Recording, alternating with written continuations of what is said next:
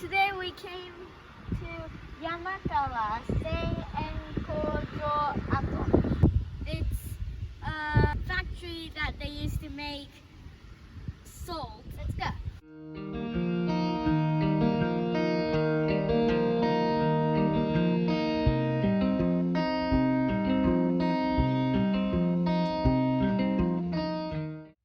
We hired a car for a 12-day drive around the Japanese island of Kyushu. On the road trip, I saw breathtaking scenery and hot springs, amazing castles, and beautiful cities. I explored spectacular temples and shrines, got buried alive, and rode horses, sledges, zip lines, boats, and helicopters. Join me on this amazing adventure. On day 8 of our road trip around Kyushu, we explored the southernmost tip of the island. The steam's coming out from the ground. Ibusuki has many volcanoes and more than 800 hot springs. During the Second World War, Japan ran short of salt. Many small factories were opened to extract salt from the seawater. To get the salt, you'll have to boil the seawater. You can do this naturally on Ibusuki. The water gets heated by underground magma to more than 230 degrees centigrade. The Yamagawa salt factory closed in 1964, but the salt beds are still here. There's also a lot of loud gushing steam.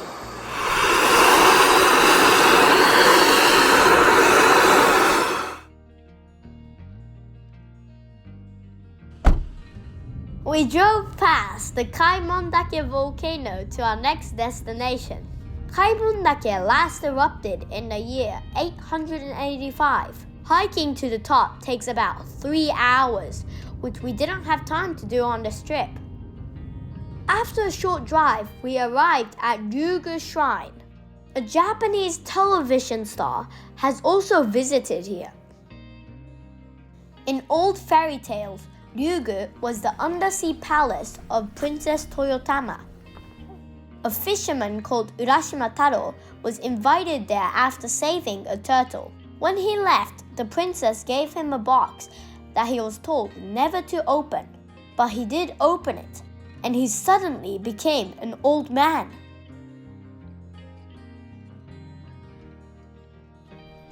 At this shrine, you write your wish on the shell.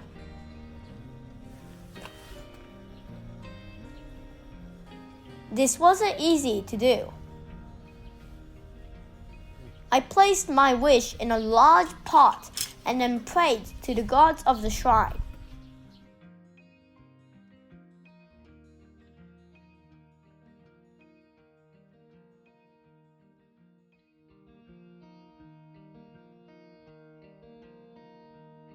The Ryugu Shrine overlooks the sea.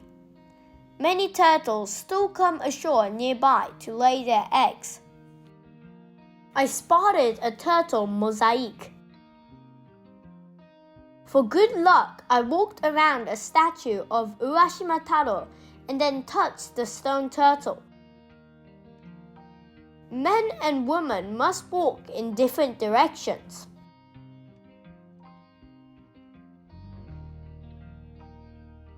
I walked towards the Nagasaki Nose Lighthouse.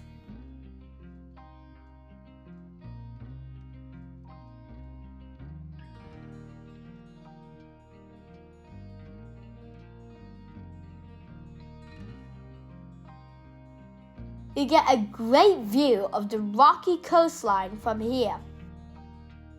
I climbed down the steps of the lighthouse to explore the rocks.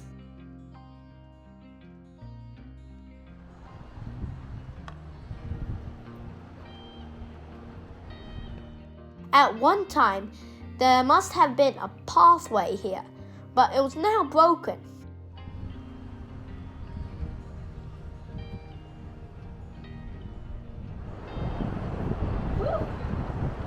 Feels nice.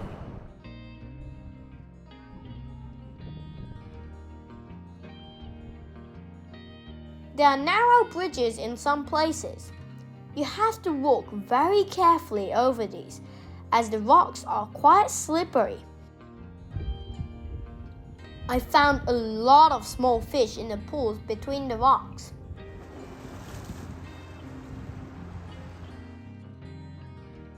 I really enjoyed exploring the rocks and hunting for sea creatures in the pools. But I didn't find any turtles.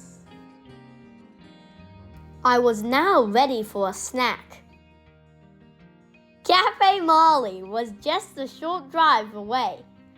This roadside restaurant sells many cakes and pastries.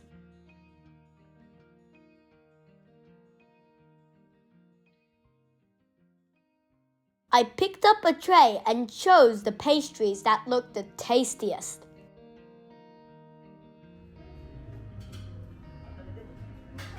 From the seating area, there's a wonderful view of the Kaimondake volcano.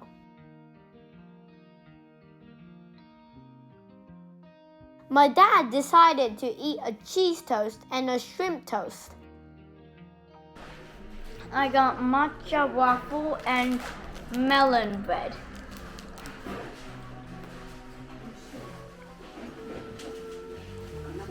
Tastes sweet.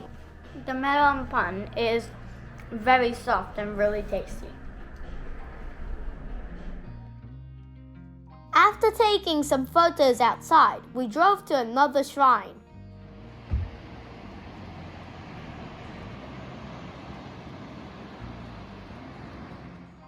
The Kamafuta Shrine is hundreds of years old. According to the legend, the Emperor of Japan once visited this area. A large gust of wind blew away the wooden lid from his rice pot.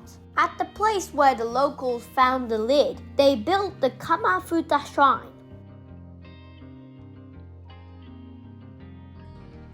People come here to pray for victory, like winning a race or doing well in your school exams. To worship properly, you'll first have to complete your own victory by carrying a rice pot lid on your head from the red torii to the shrine. This isn't easy. You need to walk very slowly. If you put your head down just a little bit, the rice lid will fall off.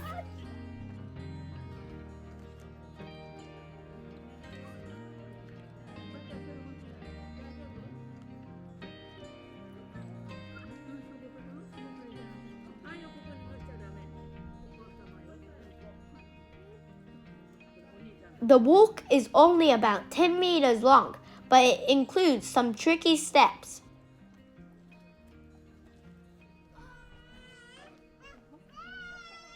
It took me many attempts to master it.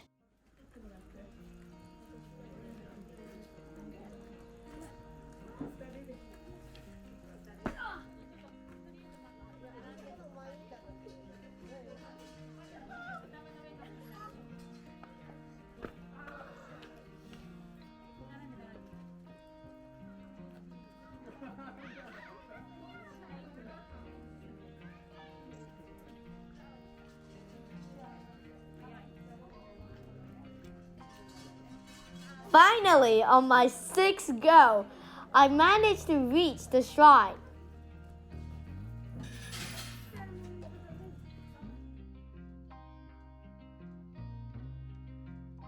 At the back of the shrine, there's a path that leads to another rocky coastline.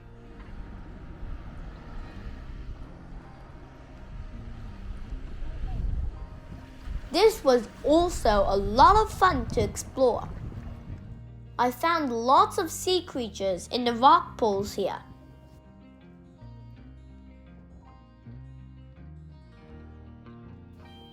Not just fish, but crabs and sea slugs too.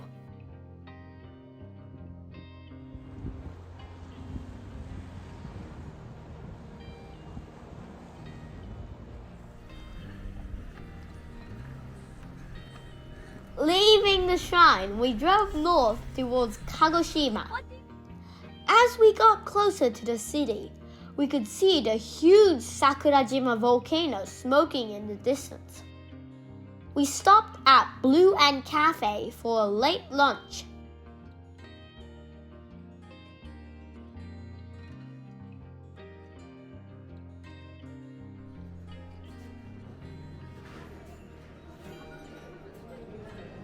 The sun was shining, so we sat outside and looked out over the sea to the volcano. Their menu had lots of choices. My dad ordered one of their special burgers. I ordered an ice cream. Ice cream is good. It tastes like milk. I also ordered a hot chocolate which came with a pretty flower pattern on top. The view from here was beautiful, but we still had a few more miles left to drive.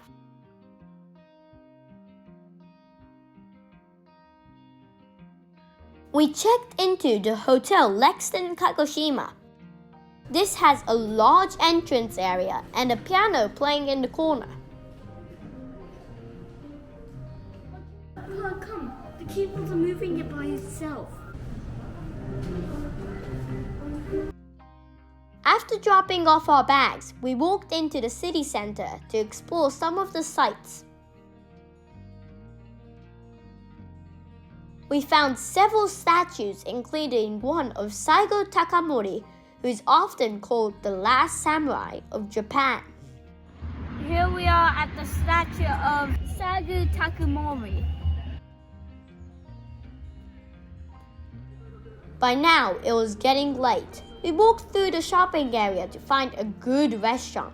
I spotted the Starbucks with a special Kagoshima mural on the outside. At the other end of the mall, we found the Tondoro Tenmonkan restaurant.